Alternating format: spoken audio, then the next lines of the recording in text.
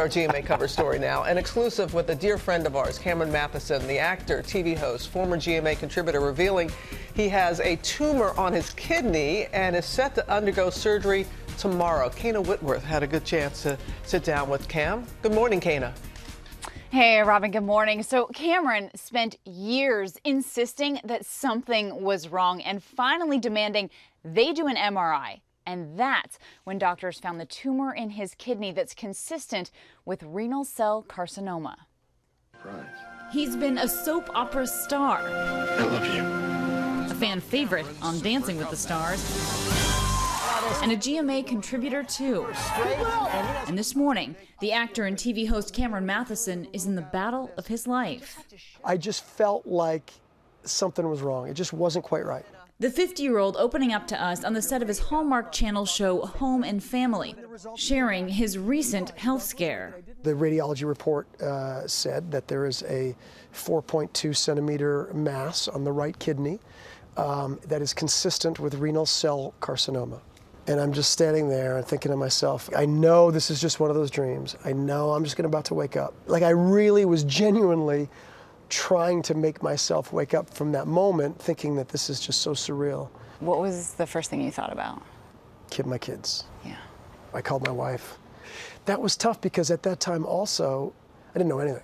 I didn't know if this was a death sentence. I didn't know if it had spread. I knew from the radiology report it hadn't gone to my lymph nodes, but I didn't know much other than that.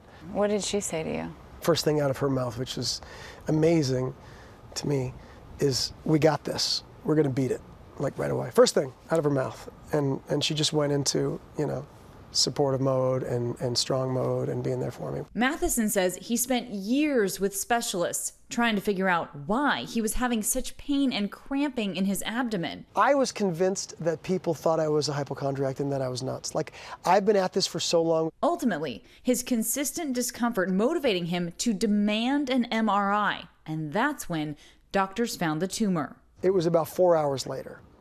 I got a call and I saw my doctor's number come up on my phone and I'm like, this isn't good. The doctors also telling Mathison they believe the tumor has been growing inside his kidney for the last 10 years and crediting his healthy lifestyle for keeping the tumor so small. This has been in me minimum 10 years. Minimum of 10 years. Likely longer. I don't drink.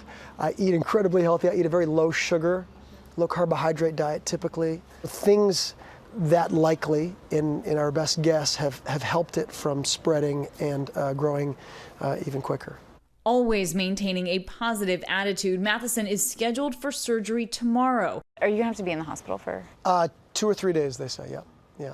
Right, you might be losing an organ. Yeah, that requires I was like, really? Do I have to stay a couple nights? And they're like, well, we might be taking the kidney out of your body, so you might want to stick around for a bit. Now, Mathison telling everyone to take control of their own health.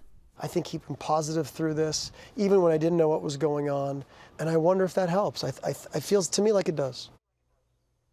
His positive attitude is absolutely infectious. Cameron says it's important for all of us to advocate for our own health. Nobody knows your body like you do. Had he not been so insistent, that tumor would have kept growing, and he says likely would have gone undetected until it spread to other organs, bone, or muscle. Robin? Oh, goodness. All right, Kana, thank you very much. And Dr. Jennifer Ashton joins us now. So we're glad that he found it and how he advocated for himself. What are the symptoms, though, here? What should we look for? Well, renal cell carcinoma is a tumor that starts in the cells lining the tubes of the kidney. We can't really make that diagnosis until the pathologist has looked at the tissue, so it's actually made after the surgery, but likely that's what it is. And it can be difficult to diagnose. It's one of those cancers that can make diagnosis difficult. The typical signs of it, however, if you see blood in the urine, if you see low back pain, especially on one side, we call it flank pain, if you can actually feel a lump or mass in the lower back, and then non-specific findings of fatigue, loss of appetite, weight loss. Of course, people can have these symptoms and not have cancer. That's what makes it difficult, because Listen, from the doctor's standpoint, people don't walk in with a sign always that says, I have cancer. It can be difficult to make a diagnosis. Who's most at risk? You know, we don't totally understand what puts people at risk for renal cell carcinoma, but there are some general risk factors. Age is a big one. It is more common in men versus women. People who smoke, who are obese, certain workplace chemical exposures like asbestos or benzene, and even certain medications, not dissimilar, Robin, to MDS like you had. Sometimes people who are treated for one condition, that medication or treatment can actually predispose you for this. And the fact that Cameron, he knew.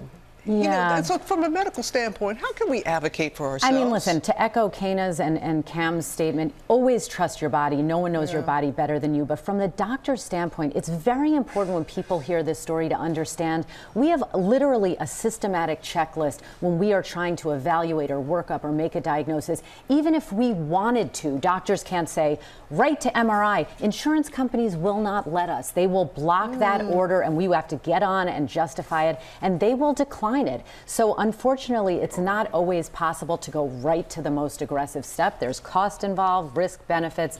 But again, the key point is making that diagnosis as promptly as possible, because as we know, when we talk about cancer, early treatment generally gives the best outcome. Got to be persistent. Yeah, got to be persistent. Sure. All right, we wish Jen. him well. Oh, we do. He's Adore one of the him. nicest guys. Totally. We loved it when he was here. Yeah, Thanks, Jen. All you right. bet.